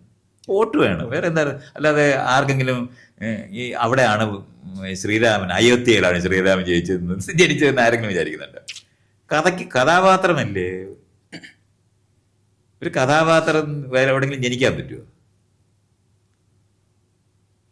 നമ്മൾ വെറുതെ ഇപ്പം MT വാസുദേവൻ നായർ എഴുതിയ ഒരു കഥയ്ക്കകത്ത് ആ കഥാപാത്രം എവിടെ ജനിച്ചു എന്ന് ചോദിച്ച് അന്വേഷിച്ച് നടക്കുന്ന പോലെയാണ് ഇത് പറയുന്നത്. ഇതുപോലെ കഥാപാത്രങ്ങൾക്ക് ജന്മസ്ഥലം ഉണ്ടാവും. എന്തൊരു അസംബന്ധം പിടിച്ച ലോകമാണ് ഇതൊക്കെ. അപ്പം നമ്മളിതൊക്കെ മനസ്സിലാക്കിയാൽ മതി. ഇതിപ്പം ആളുകളെ വോട്ട് ചെയ്യിക്കാനുള്ള ടെക്നിക്ക് എന്നുള്ള നിലവാരത്തിൽ രാഷ്ട്രീയ പാർട്ടിക്കാർ, ഈ മത നേതാക്കൾ, കാരണം മത നേതാക്കൾ രാഷ്ട്രീയ പാർട്ടിക്കാരെ പോലെ തന്നെ വിലയുള്ളവരാണ്. അവരുടെ കയ്യിൽ ഇത്ര സംഘമുണ്ട്, ഇത്ര വോട്ട് കയ്യിലുണ്ട്. ഞങ്ങൾ പറയാമെന്നാണ്. സ്കൂളിനകത്ത് വിദ്യാഭ്യാസം നടന്നിരുന്നെങ്കിൽ നടക്കത്തില്ല. സ്കൂളിനകത്ത് ജനാധിപത്യ പൗരബോധം പഠിപ്പിച്ചാൽ നടക്കത്തില്ല. അത് ചെയ്തിട്ടില്ല. ഭരണമല്ലാത്ത ജനാധിപത്യ സംവിധാനങ്ങളായ പഞ്ചായത്ത് വികസിപ്പിച്ചിരുന്നെങ്കിൽ നടക്കത്തില്ല. ഗ്രാമസഭകൾ വികസിപ്പിച്ചിരുന്നെങ്കിൽ നടക്കത്തില്ല. പക്ഷെ അതൊന്നും നടന്നിട്ടില്ല. അപ്പോൾ ഈ കഴിഞ്ഞ 75 വർഷമായിട്ട് ഈ സമാന്തരമായി ജനാധിപത്യ സംവിധാനങ്ങൾ ഉണ്ടാക്കാതിരിക്കുകയും വിദ്യാഭ്യാസത്തിനകത്തൂടെ പൗരബോധം ഉണ്ടാക്കാതിരിക്കുകയും പഴയ അമ്പലത്തിലും പള്ളിയിലും ആൾക്കാർ പോവുകയും ചെയ്താൽ താൻ ഈ പറയുന്ന എല്ലാ തീട്ട സംഘടനകളും ഉണ്ടാകും. അതിനെന്തത്ര സംശയം? അത് സോഷ്യൽ മീഡിയയിൽ എഴുതി വെക്കുന്നത് കണ്ടതല്ല, എന്തെഴുതിയാലാണ് ശ്രദ്ധിക്കുന്നതെന്ന് തോന്നുന്നതുകൊണ്ട് എഴുതി വെക്കുന്നു എന്നുള്ളതുണ്ട്. ആളുകൾക്ക് ഗോത്രബോധവും ജാതിബോധവും മതബോധവുമായിട്ട് നിൽക്കുകയാണ് ചെയ്യുന്നത്. ജനാധിപത്യ ബോധം ഒഴിച്ച് ബാക്കിയെല്ലാം ഉണ്ട്. അത് ഉള്ളതാ ഇവിടെ, ഇപ്പോൾ ഉണ്ടായതല്ല. എല്ലാ വീട്ടിനകത്തും പള്ളിയും അമ്പലവും ഇല്ലേ? അല്ലാതെ എല്ലാ വീടും ജനാധിപത്യ വിരുദ്ധമായ വീടുകളാണ്. സാമൂഹിക വിരുദ്ധ കേന്ദ്രങ്ങൾ എന്ന് പറയുന്നത് വീടുകളാണ്. അതിലത്ത് പോയി തിന്നരുത്, അവരുമായിട്ട് സഹകരിക്കരുത്, അവരെ വിവാഹം കഴിക്കരുത്, അവരോടൊപ്പം നടക്കരുത്. ഇത് പഠിപ്പിക്കുന്ന വീടുകളല്ലേ? അവിടെയല്ലേ നമ്മൾ ജനിക്കുന്നത്. അപ്പോൾ ഇത് മാറ്റി, ഇത് അപ്പുറത്തിരിക്കുന്നവരെ നമ്മളെപ്പോലുള്ളവരാണെന്നും തുല്യരാണെന്നും നമുക്കെല്ലാവർക്കും ഒരു വോട്ടാണെന്ന് പറയുന്ന ജനാധിപത്യ ബോധം പഠിപ്പിക്കുന്ന ഒരിടം ഉണ്ടാകാതിരിക്കുകയും അത് പരിശീലിപ്പിക്കേണ്ടതായ രാഷ്ട്രീയ പാർട്ടിക്കാർ ഇലക്ഷൻ ജയിക്കണമെന്നുണ്ടെങ്കിൽ ഈ മത നേതാക്കന്മാരുടെ കൂടെ നിന്നാലേ പറ്റത്തുള്ളതെന്ന് കണ്ടുപിടിച്ചത് കൊണ്ടാണ് ഇന്നിപ്പോൾ നമ്മൾ അനുഭവിക്കുന്നത് ദുരിതമുണ്ട്. ഇത് ട്രാൻസിഷനാണ്.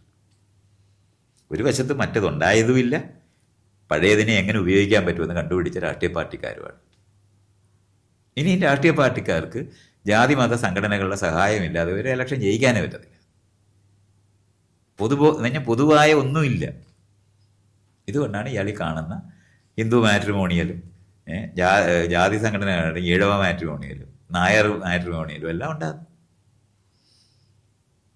അതിനെന്തത്ര സംശയം? അല്ലാതെ ഇത് ഇവിടെ ഉള്ളതാണ്. ജാതി മതവും രാഷ്ട്രീയ പാർട്ടി ഉണ്ടാക്കിയതല്ല. രാഷ്ട്രീയ പാർട്ടിക്കാർ ജനാധിപത്യപരമായിട്ടുള്ള ജനങ്ങളെ സംഘടിപ്പിക്കുന്നതിന് പകരം ഇതിനെ ഉപയോഗിച്ച് ഇലക്ഷൻ ജയിക്കാമെന്ന് കണ്ടുപിടിച്ചു എന്നുള്ളതാണ് സംഭവിച്ചത്. അത് ഇയാളും ഞാനും കൂടെ ഇപ്പോൾ ഇലക്ഷന് മാറി അങ്ങോട്ട് ഇയാൾ നേരത്തെ പറഞ്ഞില്ല, ഞാൻ ചോദിച്ചില്ലേ എന്നെ ഇയാൾ നിർത്തി എവിടെങ്കിലും ജയിപ്പിക്കാൻ പറ്റുമെന്ന്?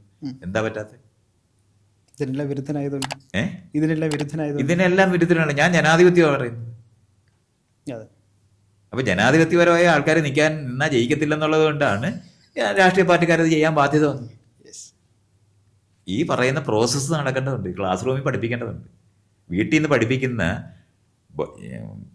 ജാതി മതബോധങ്ങളെ മറികടന്ന് ജനാധിപത്യ പൗരബോധം ഉണ്ടാക്കേണ്ട ക്ലാസ് റൂമിലാണ്. അത് ഇതുവരെ നടന്നിട്ടില്ല. ഇത്ര ഈ കാസ്റ്റ് അനിഹിലേഷൻ എന്ന് പറയുന്നുണ്ട്. പക്ഷേ അതിനെല്ലാം വിരുദ്ധമായിട്ട് ജാതി സംഘടന ഇങ്ങനെ കുമിള പോലെ ഇങ്ങനെ വന്നുകൊണ്ടിരിക്കുക. സെപ്പറേറ്റ് കുമിള പോലെ വരികയല്ല, ഇത് ഇവിടെ ഉള്ളതാണ്. ഓക്കെ, ഇത് ആളുകൾ പറയുന്ന കേട്ടതൊന്നും പുതുതായിട്ട് ഉണ്ടായതാണ്. പക്ഷേ മറുവശത്തുണ്ടായിട്ടില്ല. മറുവശത്തുണ്ടാക്കേണ്ട ഓർഗനൈസേഷൻസ് ആണ് ഉണ്ടാകാതെ പോയത്. അതായത് രാഷ്ട്രീയ പാർട്ടികളായിരുന്നു ഉണ്ടായിരുന്നത്. അവരെല്ലാം ഉണ്ടായത് എപ്പോഴാണ്? രാജാവിനെതിരായിട്ട് ബ്രിട്ടീഷുകാർക്കെതിരായിട്ട് സമരം ചെയ്യാനുണ്ടായ രാഷ്ട്രീയ പാർട്ടികൾ. അതിനുശേഷം നമുക്ക് ഇതുവരെ ഈ കേരളത്തിൻ്റെ ഹിസ്റ്ററിയിൽ നമുക്ക് ഇപ്പം കേരളത്തിൻ്റെ അല്ല ഇന്ത്യയുടെ ഹിസ്റ്ററിയിൽ എടുത്ത് നോക്കിയാൽ AAP ആണ് ആകെപ്പാടെ പുതുതായിട്ടുണ്ടായത്. അവർ അഴിമതി വിരുദ്ധത മാത്രമാണ് പറയുന്നത്. ആശയത്തിന്റെ ബാക്കി ഒരു സാധനത്തിലൊന്നും അവർ തൊട്ടിട്ടില്ല. അപ്പൊ അഴിമതി വിരുദ്ധത ഈ സംവിധാനം നിലനിർത്തിക്കൊണ്ട് എങ്ങനെ മാറ്റാനും ഒക്കത്തില്ല. ഭരണ സംവിധാനം നിലനിർത്തിക്കൊണ്ട് എന്ന് പറഞ്ഞാൽ മേല് കീഴുള്ള ഭരണ സംവിധാനം നിർത്തിക്കൊണ്ട് നമ്മൾ സമാന്തരമായിട്ട് പരസ്പര ബഹുമാനമുള്ള സമൂഹത്തിനെ ഉണ്ടാക്കാൻ പറ്റില്ല. ജാതി മതങ്ങളെ നന്നാക്കാൻ പറ്റത്തില്ല. അതൊക്കെ അല്ലാതെ അവരെല്ലാവരും കൂടെ ഒന്നിച്ചു കൂടി ഓണം ആഘോഷിച്ചാലൊന്നും വ്യത്യാസം ഉണ്ടാകത്തില്ല. പെരയ്ക്കകത്ത് കയറ്റത്തില്ല. പുറത്ത് എല്ലാവരും കൂടെ ഒന്നിച്ച് നടക്കുക. അത് ബസ്സിനകത്ത് ഒന്നിച്ച് കയറേണ്ട ആവശ്യം കൊണ്ട് വരുന്ന ഐക്യമേ ഉള്ളൂ. ചന്തയ്ക്കകത്ത് ഒന്നിച്ച് വരേണ്ട ഐക്യമേ ഉള്ളൂ. അത് ഗതികേട് കൊണ്ട് വരുന്നത്. ഗതികേടല്ല, മറ്റൊരു സംവിധാനത്തിനെ പറ്റി അറിഞ്ഞുകൂടാത്തതുകൊണ്ടാണ്. ഇപ്പം ട്രെയിനിനകത്ത് 3-4 കമ്പാർട്ട്മെന്റ് ഉള്ളത് കൊണ്ടാണ് ഫസ്റ്റ് ക്ലാസ്സും സെക്കൻഡ് ക്ലാസ്സും തേർഡ് ക്ലാസ്സും ഉണ്ടാക്കും. ബസ്സിനകത്ത് അങ്ങനെ ഒരു സംവിധാനം ഉണ്ടാക്കാൻ പറ്റാത്തതുകൊണ്ടാണ് ഉണ്ടാക്കാതിരിക്കുന്നത്. അതുകൊണ്ടുള്ള ഐക്യമേ ഉള്ളൂ. ബസ് കൊണ്ടുണ്ടായ മനുഷ്യ ഐക്യമേ ഉള്ളൂ. ചന്തയിലുള്ള ഐക്യമേ ഉള്ളൂ. ഈ 2 സ്ഥലത്തേ ഉള്ളൂ ഐക്യം. ബസ്സിനകത്തും ബാക്കി മുഴുവൻ മാറ്റിയത്. ക്ലാസ് റൂമിനകത്ത് ഐക്യം ഉണ്ടാക്കി എടുക്കുന്നുണ്ട്. അവരുടെ ആണും പെണ്ണും ആക്കി അവർ തിരിച്ചും വെച്ചിട്ട് ഫ്രണ്ട് ബെഞ്ചും ബാക്ക് ബെഞ്ചും ഉണ്ടാക്കി തിരിച്ചു വെച്ചിട്ടുണ്ട്. ഇതെല്ലാം ഉണ്ട്. ഇതൊക്കെയാണ് നമ്മൾ ഈ സംവിധാനങ്ങൾ മാറ്റേണ്ടതുണ്ട്, റീഅറേഞ്ച് ചെയ്യേണ്ടതുണ്ട്, പൗരബോധം പഠിപ്പിക്കേണ്ടതുണ്ട്. ഇതൊക്കെ ചെയ്യാതെ അവർ ശരിയല്ല ഇവർ ശരിയല്ല എന്ന് പരസ്പരം പറഞ്ഞുകൊണ്ടിരിക്കുകയായി. എന്താണ് ചെയ്യേണ്ടതെന്നായി പറയുന്നത്? Class room semi circle. അപ്പൊ ബെഞ്ച് തിരിക്കാൻ പറ്റത്തില്ലെന്നാണ് ചർച്ച ഇവിടെ കേരളത്തിൽ. എനിക്ക് ഭയങ്കര ചിരി വരുന്നത്. ഇവിടെ ഈ കസേരയുള്ള കാലത്ത് ഈ ബെഞ്ചിലേ ഇരുത്തത്തുള്ള ഈ എന്തൊരു കഴുതകളാണ് ഇവന്മാരൊക്കെ. ആ ചർച്ച ഒന്ന് ആലോചിച്ചാണ്. അത്തരത്തിലൊരു ചർച്ച ബെഞ്ച് മാറ്റാൻ പറ്റത്തില്ലെന്നാണ്. ബെഞ്ചിൽ ഇരുന്നിട്ട് ഇങ്ങനെ നോക്കാൻ പറ്റത്തില്ലെന്നുള്ള ചർച്ച ചെയ്തവന്മാരാണ്. ഇവിടെ എല്ലാവർക്കും കസേര കൊടുക്കരുത്. പ്ലാസ്റ്റിക് കസേര ഉള്ള കാലമല്ലേന്ന്. കുട്ടികൾക്ക് എന്താ കസേര കൊടുക്കാൻ ഒക്കത്തില്ലെന്ന് ഇവരെ വിചാരിക്കുന്നത്? അവരെ അധമരായിട്ട് വെച്ചേക്കണമെന്ന് ഇപ്പോഴും വിചാരിക്കുന്നുണ്ടാ? ഇതുകൊണ്ടാണ് ഈ ചർച്ചയൊക്കെ വയ്ക്കുന്നത്. കുട്ടികൾ ഒന്നിച്ചിരിക്കാനും പരസ്പരം സഹകരിക്കാനും ആണും പെണ്ണും അല്ലാതാക്കാനും ഈ ജാതി മത വിശ്വാസങ്ങൾ അനുസരിച്ച് ജീവിക്കാനും അല്ലാതെ ഈ ക്ലാസ് റൂമിനകത്ത് ജനാധിപത്യ പൗരബോധമുള്ള മനുഷ്യരെ സൃഷ്ടിക്കേണ്ടതുണ്ട്. അവിടെയാണത് പഠിക്കേണ്ടത്. സ്കൂളിനകത്തും ക്ലാസ് റൂമിനകത്തും രാഷ്ട്രീയ ബോധം പഠിപ്പിക്കണം. രാഷ്ട്രീയം എന്ന് പറഞ്ഞാൽ വോട്ടിടുന്നതും അങ്ങോട്ടും ഇങ്ങോട്ടും വെട്ടിക്കൊല്ലുന്നതാണെന്നാണ് പഠിപ്പിക്കുന്നത്. ഇത് ബ്രിട്ടീഷുകാർ പഠിപ്പിച്ചതാണ്. അത് അങ്ങനെ തന്നെ പറഞ്ഞുകൊണ്ടിരിക്കുകയാണ്. 18-ാമത്തെ വയസ്സ് വോട്ട് കൊടുക്കണ്ടേ? വോട്ട് ചെയ്യാനുള്ള അവകാശബോധമുള്ള ഉത്തരവാദിത്വമുള്ള പൗരബോധ നിർമ്മാണമാണ് ക്ലാസ്. അല്ല വല്ലവനെയും കൂലിക്ക് പണിയെടുക്കുന്നതല്ല, സർട്ടിഫിക്കറ്റ് മേടിക്കാനല്ല. സ്കൂളിൽ പഠിച്ചത് സർട്ടിഫിക്കറ്റ് കിട്ടിക്കഴിഞ്ഞാൽ മറക്കുക എന്നുള്ളതാണ് അയാൾ ചെയ്യുന്നത്. ജീവിക്കുന്നത് ഇപ്പോഴും ജാതി മതബോധമാണ്. ഇതുകൊണ്ടാണ് നിങ്ങളിത് മാറ്റാകാത്തത്. ക്ലാസ് റൂമിനകത്താണ് പൗരബോധ നിർമ്മാണം നടക്കേണ്ടത്. അവിടെയാണ് പൗരനാകേണ്ടത് എങ്ങനെയാണെന്നും നമ്മളെങ്ങനെയാണ് ജനാധിപത്യപരമായി പെരുമാറേണ്ടത് എങ്ങനെയാണെന്നും പരസ്പര വിവേചനമില്ലാതെ പെരുമാറേണ്ടതാണ്. അല്ലാതെ പരീക്ഷയ്ക്ക് ചെയ്യുന്നു. പരീക്ഷിക്കാനൊന്നും ഒരു പരീക്ഷ നടത്തിക്കൂടാത്തതാണ്. നമ്മളെ പരിശോധിച്ചറിഞ്ഞ് പരീക്ഷിച്ചെടുത്തിട്ട് കുറച്ച് ബാക്കിയുള്ളവരെ കളയത്തില്ലേ? പരീക്ഷയ്ക്ക് തോറ്റ ആൾക്കാരെ പറ്റി ആലോചിക്കുന്ന ഏതെങ്കിലും സ്കൂളുണ്ടോ? എന്തൊരു അസംബന്ധം പിടിച്ച തലപാടും അതൊക്കെ. ഇതൊക്കെ ഇങ്ങനെ നടത്തിക്കൊണ്ടിരിക്കുകയല്ലേ? ബ്രിട്ടീഷുകാർക്ക് കൂലിക്കാരെ ഉണ്ടാക്കുന്നതിന് വേണ്ടി അവരുണ്ടാക്കിയ സംവിധാനം തുടർന്നുകൊണ്ടിരിക്കുകയാണെന്നുള്ളതാണ്. അല്ലാതെ ക്ലാസ് റൂമൊന്നും അല്ലത്, വിദ്യാഭ്യാസം അല്ലത്. ഇതൊന്നും നടന്നിട്ടില്ല. 75 വർഷം കഴിഞ്ഞു. ഇതാണ് പ്രശ്നം. അല്ലാതെ ഈ രാഷ്ട്രീയ പാർട്ടിക്കാർ ചിന്തയായി അവരിത് ചെയ്തൊന്നും അല്ല. നമ്മൾ പരാജയപ്പെട്ടത് സംവിധാനങ്ങൾ മാറ്റാൻ നമുക്ക് കഴിഞ്ഞില്ല. ജനാധിപത്യ സംവിധാനങ്ങൾ ഉണ്ടാക്കാൻ നമുക്ക് അറിഞ്ഞുകൂടാ. പുതിയതായിട്ട് ഉണ്ടാക്കുന്ന എങ്ങനെ കൈകാര്യം ചെയ്യണമെന്ന് ചിന്തിച്ചിട്ടില്ല. അതൊന്നും ആലോചിച്ചിട്ടുമില്ല. ജോലി മേടിക്കുന്നതിനെ പറ്റി മാത്രമാണ് ആലോചിച്ചിട്ട് നടക്കുന്നത്. ഇതുകൊണ്ടാണ് ഈ വിഷയങ്ങൾ മനസ്സിലാകാത്തത്. അല്ലാതെ ഈ സോഷ്യൽ മീഡിയയിലെ ഈഴവ സംഘം, ചാവേർ സംഘം, ബ്രാഹ്മണ സംഘം എന്ന് പറഞ്ഞിട്ടുള്ള അവർക്ക് വേറെ ഐഡന്റിറ്റിയെ പറ്റി ഒരു വിവരവും ഇല്ല. മൈത്രേ, അതുപോലെ തന്നെ നമ്മളിപ്പം പുതിയ ചിന്തയല്ല പണ്ടേ ഉള്ളതാണ്, പക്ഷേ അത് ഇച്ചിരി കൂടെ വാസ്റ്റ് ആയിട്ടുണ്ട്. സാപ്പിയൻസ് അല്ലെങ്കിൽ സാപ്പിയൻസ്, ഹോമോ സാപ്പിയൻസ്. സാപ്പിയൻസ്, അതുപോലെ തന്നെ യുക്തിചിന്ത, സ്വതന്ത്ര ചിന്ത, ഇപ്പോൾ അവരുടെ കൺവെൻഷൻ നടക്കുന്നുണ്ടെന്ന് തോന്നുന്നു. അപ്പോൾ അതിനകത്ത് നിന്നൊക്കെ തന്നെ മൈത്രേയൻ എന്തുകൊണ്ടാണ് വിട്ടു നിൽക്കുന്നത്? എസ്പെഷ്യലി ഞാൻ ചോദിക്കുന്നത് എസൻസ് ഗ്ലോബൽ. ആ, ഓക്കെ. ഞാൻ ഈ സത്യത്തിൽ ഈ യുക്തിവാദികൾ എന്ന് പറഞ്ഞ ആൾക്കാരുമായിട്ട് ബന്ധപ്പെട്ട് ഞാനൊരു രാഷ്ട്രീയ അവബോധമുള്ള ആളാണ്. എല്ലാ ആൾക്കാരെയും ചേർത്തിണക്കി കൊണ്ടുപോകുന്നതിനെ പറ്റി മാത്രമേ ഞാൻ ആലോചിച്ചിട്ടുള്ളൂ. അതിന് ജനാധിപത്യത്തിനകത്തും ജീവിതത്തിനെ ശാസ്ത്രീയമായിട്ടും കാണണമെന്നും പരിണാമപരമായി ലോകത്തിനെ മനസ്സിലാക്കണമെന്ന് അറിയുന്നതിൻ്റെ ഭാഗമായിട്ടാണ് എനിക്ക് യുക്തി ചിന്തയൊക്കെ ഉള്ളത്. അല്ല, ഞാൻ യുക്തിവാദികളെന്നോ അല്ലെങ്കിൽ ഏത്തിസ്റ്റുകളെന്നോ പറയുന്ന അങ്ങനത്തെ ഒരു ഐക്യത്തിനകത്തല്ല. ഞാൻ ഈ മനുഷ്യരറിയാമെന്ന് പറഞ്ഞ പുസ്തകം എഴുതുന്ന സമയത്ത് അത് വായിച്ചിട്ട് എന്നെ അവർ വിളിക്കുകയോ എടുക്കുകയും സംസാരിക്കുകയൊക്കെ ചെയ്തിട്ടുള്ളവർ തന്നെയാണ്. പക്ഷെ അവരുടെ ഒരു രാഷ്ട്രീയ അവബോധമല്ല എൻ്റേത്. അവരുടെ രാഷ്ട്രീയമല്ല എൻ്റെ രാഷ്ട്രീയം എന്നുള്ള തിരിച്ചറിവ് എനിക്കുണ്ടാകുന്ന കാരണം കൊണ്ട് അതിലൊരു വിഭാഗത്തിനുമായിട്ട് ഞാനിപ്പോഴും കൂട്ടൊക്കെയുണ്ട്. പക്ഷേ ഈ മെയിനായിട്ട് അവർ നിൽക്കുന്നവർ, അവരുടെ രാഷ്ട്രീയം എന്ന് പറയുന്നത് ഇന്ത്യൻ ജനാധിപത്യ വ്യവസ്ഥയ്ക്ക് വേണ്ടി ഉള്ളതാണെന്ന് എനിക്ക് തോന്നിയിട്ടില്ല. അവരൊരു RSSൻ്റെ ഒരു എക്സ്റ്റൻഷനായിട്ട് ഫീൽ ചെയ്യുന്ന രാഷ്ട്രീയം, കാരണം പ്രത്യേകിച്ചും ഈ മതേതരത്വം എന്ന് പറയുന്നതിനൊന്നും ഒരു ബലം ഉണ്ടാകുന്ന സ്ഥലമൊന്നും അവരുടെ സംസാരത്തിന് അതൊന്നും കാണുന്നില്ല. CR മറ്റേ ചന്ദ്രശേഖരനാണോ? അല്ലല്ല, എന്താണ് പുതിയ നിയമങ്ങളൊക്കെ ഉണ്ടായിട്ട് വന്നായിരുന്നല്ലോ, ഐഡൻറ്റിറ്റി BNS ഗവൺമെൻറ് അന്യരാജ്യക്കാരെ അതിനെല്ലാം സപ്പോർട്ടീവ് ആയിട്ടുള്ള നിലപാടുകളാണ് അവരെടുത്തിട്ടുള്ളത്. അതുപോലെ തന്നെ കർഷക സമരം എന്ന് പറയുന്നതൊക്കെ കർഷകർ മിനിമം പ്രൈസ് കിട്ടുന്നതിനേക്കാളും വലുതാണ്, എവിടെയും കൊണ്ടുപോയി വിൽക്കാൻ പറ്റുന്നു എന്നൊക്കെ പറയുന്ന സാധനമൊക്കെ പറയും. അതൊക്കെ നമുക്ക് ഭയങ്കര എനിക്ക് നമ്മുടെയൊക്കെ അണ്ടർസ്റ്റാൻഡിങ്ങിനകത്ത് തന്നെ വളരെ അറ്റത്ത്. ദൈവവിശ്വാസം ഇല്ലെന്ന് പറയുന്ന കാരണം കൊണ്ടൊന്നും മനുഷ്യത്വപരമായിട്ട് ജീവിക്കുമെന്നോ മറ്റുള്ളവരെ തുല്യമായി കാണുമോ എന്ന് വിചാരിക്കാവുന്ന ഒരു രാഷ്ട്രീയമല്ല അവർ പറയുന്നതിനകത്തുള്ളത്. അതുകൊണ്ടാണ് അവരുമായിട്ട് യോജിക്കാത്തത്. അവരുടെ വേദികളിൽ പോയി സംസാരിക്കാനായിട്ട് ഞാൻ ഇനി ആലോചിക്കുമല്ലോ. അതുകൊണ്ട് രാഷ്ട്രീയമായിട്ട് ഞാൻ അവരുമായിട്ട് യോജിക്കത്തില്ല. ആശയപരമായിട്ട് ഇപ്പം സയൻസ് പഠിക്കണമെന്ന് പറയുന്നതിനായിട്ട് നമുക്ക് വിയോജിപ്പൊന്നുമില്ല. പക്ഷെ സയൻസ് വെച്ചിട്ട് തോക്കുണ്ടാക്കി മറ്റുള്ളവർ വെടിവെക്കണമെന്നാണ് വെടിവെക്കുന്നെങ്കിൽ ഞാനില്ല. സയൻസ് എന്ന് പറയുന്നത് ടൂളായിട്ടാണ് ആ സമയത്ത് കാണുകയാണെന്നുണ്ടെങ്കിൽ തോക്ക് എങ്ങനെ ഉപയോഗിക്കാൻ, തോക്കും ജനാധിപത്യപരമായിട്ട് ഉപയോഗിക്കാൻ പറ്റത്തില്ല. ആളുകളെ വെടിവെക്കാനും കൊല്ലാനേ പറ്റത്തില്ല. തോക്കുള്ള സമൂഹമല്ല രൂപപ്പെടുന്നത്. അവരുടെ ഈ പലപ്പോഴും ഉണ്ടായിരിക്കുന്ന ഈ മതവിമർശനങ്ങളൊക്കെ തന്നെ, എസ്പെഷ്യലി ആരിഫ് ഹുസൈനെ പോലുള്ള ആൾക്കാരൊക്കെ, ജാമിദ ടീച്ചറിനെ പോലുള്ള ആൾക്കാർ, അവരൊക്കെ ഈ മതവിദ്വേഷം ഉണ്ടാക്കണ പോലെ, അല്ലെങ്കിൽ മതവിദ്വേഷത്തിന് അപ്പുറത്തേക്ക് മനുഷ്യരെ തമ്മിലുള്ള ഒരു വിദ്വേഷം പോലെ എനിക്ക് തോന്നിയിട്ടുണ്ട്. ആക്ച്വലി തീവ്രമായിട്ട് നമുക്ക് എതിർക്കാൻ ബാധ്യത വരുന്ന സമയത്ത് ചിലപ്പോൾ ആൾക്കാർ അങ്ങനെ ആയിപ്പോവും.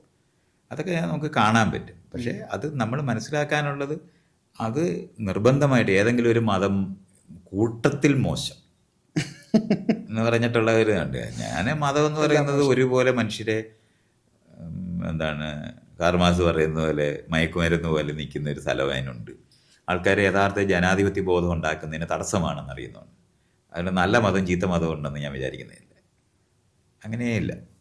അതിൻ്റെ സംഘടിത മതമായിരിക്കുന്ന, രാഷ്ട്രീയമായിട്ട് സംഘടിച്ച് നിൽക്കാൻ വേണ്ടി സംഘടിത മതമായിരിക്കുന്ന മതങ്ങളെല്ലാം തന്നെയും മറ്റുള്ളവരെ കൂടുതൽ ശ്വാസം മുട്ടിക്കും. അത് നമുക്ക് കാണാൻ പറ്റും സംഘടിതമായിട്ടിരിക്കും. അപ്പോൾ സംഘടിതമായ രാഷ്ട്രീയ പാർട്ടി അതുപോലെ തന്നെ ഉപദ്രവിക്കും.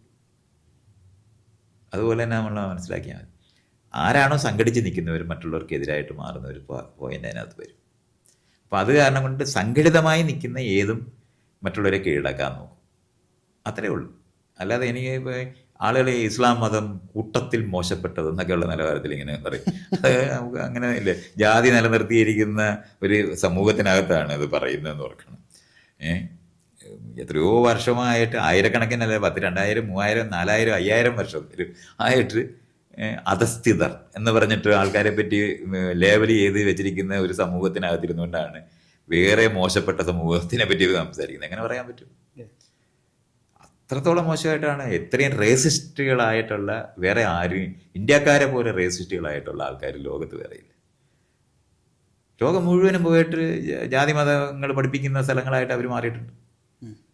മതം പഠിപ്പിക്കുന്ന അതേ സ്ഥലം പോലെ ജാതി പഠിപ്പിക്കുന്നവരായിട്ട് അവർ മാറിയിട്ടുണ്ട്. അപ്പോൾ ഈ സിലിക്കോൺ വാലിയിൽ, അമേരിക്കയിലെ സിലിക്കോൺ വാലിക്ക് അത് ജാതി പറയരുതെന്ന് അവർ ആവശ്യപ്പെടുന്നിടത്ത് എത്തിയിട്ടുണ്ട്. ഗൂഗിളിലൊക്കെ അങ്ങനത്തെ നിയമം വന്നിരിക്കുന്നുണ്ട്, ജാതി വിവേചനം പാടില്ല. അത് ഇന്ത്യക്കാരുണ്ടാക്കിയതല്ലേ. അവിടെ ഈ ഇത്രയധികം ഇന്ത്യക്കാർ, ഈ വടക്കേ ഇന്ത്യക്കാർ മുഴുവനും ഇവിടുത്തെ പണക്കാരായിരിക്കുന്നവർ മുഴുവൻ കൊണ്ടുപോയി കഴിഞ്ഞാൽ എല്ലാ വിവേചനവും കാണിക്കും. എത്ര മോശപ്പെട്ടാണ് മനുഷ്യരോട് പെരുമാറുന്നത്. ആ ആഫ്രിക്കക്കാരെ മുഴുവൻ വെറുക്കാൻ വേണ്ടി പഠിപ്പിച്ചിട്ടുള്ളവരാണ് ഈ ഹിന്ദുക്കൾ. ഇന്ത്യക്കാരായിട്ടിരിക്കുന്നവർ അവിടെ പോയിട്ട് ആ പട്ടേലുകൾ, ഈ ഗുജറാത്തിൽ നിന്ന് പോയവന്മാർ ആ നാട് മുഴുവൻ കൊള്ളയടിക്കുകയാണ്. ആഫ്രിക്ക മുഴുവൻ കൊള്ളയടിക്കുന്നവരാണ് ഈ ഇവർ മുഴുവനും. അത് കാരണം കൊണ്ട് നമുക്ക് അങ്ങനത്തെ ഒരു സാധനം ഇതിനകത്തു നിന്നൊന്നും എടുക്കാനില്ല. ഇത് മുഴുവൻ നിൽക്കുന്ന ഈ സമൂഹങ്ങളാണ് ഇതൊക്കെ.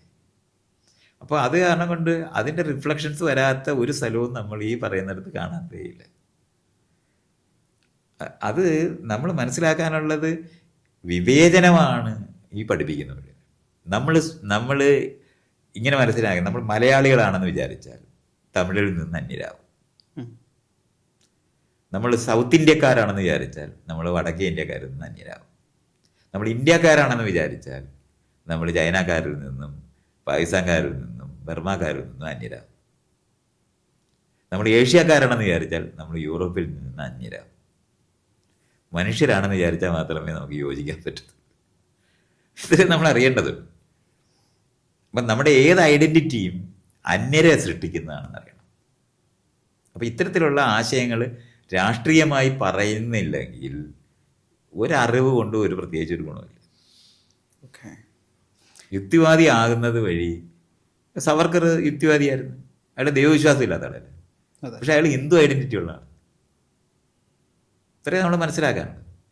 നിങ്ങൾക്കൊരു ഐഡൻറ്റിറ്റി ഉണ്ടാകുന്നത് മനുഷ്യരെ അല്ലാതെ, അതേ സമയത്ത് നമുക്ക് മലയാളി ആയിരിക്കുന്നത് എങ്ങനെയാണെന്ന് അറിയേണ്ടതുണ്ട്. നമ്മൾ ജനിക്കുന്ന വീട് ഏത് ഐഡൻറ്റിറ്റിയിലാണെന്ന് നമ്മൾ തിരിച്ചറിയേണ്ടതുണ്ട്. അത് നമ്മൾ മാത്രം, വ്യക്തിപരമായിട്ട് നമ്മൾ മാത്രം തീരുമാനിക്കുന്നതല്ല. ഇപ്പം കറുത്തവർ വെളുത്തവർ എന്ന് പറഞ്ഞ ഡിവിഷൻ, കറുത്തവരില്ല എന്ന് വിചാരിച്ചാൽ, മനോഭാവം എന്ന് വിചാരിച്ചാൽ, കറുത്തവരെ അംഗീകരിക്കാതിരുന്ന ഒരു രക്ഷയില്ല. അല്ല, കറുത്തവൻ പറയാണ് ഞാൻ കറുത്തവനായിട്ട് വിചാരിക്കുന്നില്ല എന്ന് പറഞ്ഞിട്ട് ചെല്ലാനൊക്കത്തില്ല. അതുകൊണ്ട് ജാതി എന്ന് പറയുന്നതും മതം എന്ന് പറയുന്നതും എന്ന് പറഞ്ഞാൽ ഒരു ഐഡൻറ്റിറ്റി എന്ന് പറയുന്നത് ഒരാൾ വിചാരിക്കുന്നതുകൊണ്ടുണ്ടാകുന്നതല്ല, അപ്പുറത്തിരിക്കുന്നവരും കൂടെ വിചാരിച്ചോട്ടെ. അപ്പം ഇതും കൂടെ അറിയേണ്ടതുണ്ട്. അതുകൊണ്ട് നമ്മൾ ഇന്ത്യക്കാരാണെന്ന് വിചാരിക്കുമ്പോൾ തന്നെ മലയാളത്തിലാണ് നമ്മൾ സംസാരിക്കുന്നതെന്നുണ്ടെങ്കിൽ മറ്റുള്ളവർ നമ്മൾ മലയാളിയാണെന്ന് വിചാരിക്കും. മല്ലു എന്ന് വിളിക്കും, മദ്രാസി എന്ന് വിളിക്കും, മലയാളികൾ ബംഗാളി എന്ന് വിളിക്കും, അവരെവിടെ നിന്ന് വന്നാലും ബംഗാളി എന്ന് വിളിക്കും. ഇതൊക്കെ വിവേചനത്തിൻ്റെതായ വാക്കുകളാണ്. ഇത് നമ്മൾ വിചാരിച്ചാൽ പോകുന്നതല്ല, അപ്പുറത്തിരിക്കുന്നവരും കൂടെ വിചാരിക്കേണ്ട. ഇത് അതുകൊണ്ടാണ് ഈ ക്ലാസ് റൂമിൽ പഠിപ്പിക്കണമെന്നൊക്കെ പറയുന്നത്. അപ്പോൾ നിങ്ങൾ ഇയാൾ ഈ ചോദിക്കുന്ന ചോദ്യം ഇവിടുത്തെ യുക്തിവാദി സംഘടനകളിനകത്ത് എന്ന് പറഞ്ഞാൽ ആദ്യകാലത്തെ രാഷ്ട്രീയമായിട്ട് ഉള്ള നിലനിന്നിരുന്ന ഒരു യുക്തിവാദി സംഘടനയുണ്ട്. സൗദൻ അയ്യപ്പൻ്റെയൊക്കെ MC ജോസഫിൻ്റെയും ഒക്കെ ഭാഗത്തിനകത്ത് വന്നിരുന്ന ഏറ്റുകോർ വന്നിരുന്ന ആ ഒരു വിഭാഗമുണ്ട്. അവർക്ക് രാഷ്ട്രീയമായിട്ട് വേറെ തിരുത്താനൊന്നുമില്ല. അവർക്ക് ഈ പറയുന്ന RSSകാരുടെ കൂടെ ഒന്നും അവർ പോകത്തില്ല, അതിൻ്റെ ആശയങ്ങളും ഉണ്ടാകത്തില്ല. അതുപോലെ തന്നെ തുല്യതയെപ്പറ്റി സംസാരിക്കുന്നത് അതുപോലെ തന്നെ ഈ അമേരിക്കൻ ഏറ്റവും ഫാർ റൈറ്റ് എന്ന് നമ്മൾ പറയുന്ന നിലവാരത്തിലുള്ള ആളുകളുടെ ആശയങ്ങളൂടെ വന്ന് പറയത്തില്ല. മുതലാളിത്തത്തിനെ പ്രകീർത്തിക്കത്തില്ല. വ്യക്തിഗതമായിട്ടുള്ള, നമ്മളിപ്പോൾ മിക്സ്ഡ് എക്കോണമി ആയിരുന്നു ഇന്ത്യ. ആ മിക്സ്ഡ് എക്കോണമി എന്ന് പറയുന്നത് വികസിപ്പിക്കുന്നതിനെ പറ്റിയ കാരണം ഒരേ സമയത്ത് പ്രൈവറ്റും പബ്ലിക്കുമായിട്ട് എൻ്റർപ്രൈസസ് ആവശ്യമാണ്, ഇനിഷ്യേറ്റീവ് ആവശ്യമാണ്. ആ ഇനിഷ്യേറ്റീവ് ആവശ്യമാകുന്നത് പ്രൈവറ്റ് ആയിട്ടുള്ള മേഖലയ്ക്കകത്താണ് ഇനിഷ്യേറ്റീവ് ഉള്ളത്. പക്ഷെ അതേ സമയത്ത് അതിൻ്റെ ഗുണഭോക്താക്കളായിട്ട് എല്ലാവരും മാറേണ്ടതുണ്ട്. അല്ലാതെ ഇന്ത്യയിലെ 10 മുതലാളിമാരുടെ കയ്യിൽ കാശുണ്ടായി, ഇന്ത്യയിൽ ഇപ്പോൾ 5 ട്രില്യൺ സ്ഥലം ഉണ്ടാകാൻ പോവുകയാണ് എന്ന് പറയുകയും അതേ സമയത്ത് ഇന്ത്യ 4ാമത്തെ ധനമുള്ള രാജ്യമായി മാറുമ്പോൾ ദരിദ്രവാസികളുടെ എണ്ണം അതുപോലെ തന്നെ നിൽക്കുകയാണെന്നുള്ളതാണ് കഷ്ടം. അമേരിക്ക 1ാമത്തെ രാജ്യമായിട്ടാണ് വെക്കുന്നത്. പക്ഷെ അവിടുത്തെ ഏത് സ്റ്റേറ്റിൽ പോയാലും അവിടെ വീടില്ലാത്ത ആൾക്കാർ കിടപ്പുണ്ട്. ആ വീടില്ലാത്ത ആൾക്കാർ കേരളത്തിൽ കിടക്കുന്നില്ല. ഇത്രയും നമ്മൾ അറിയേണ്ടത്. അമേരിക്കക്കാളും മെച്ചപ്പെട്ട സ്ഥലമാണ് കേരളം.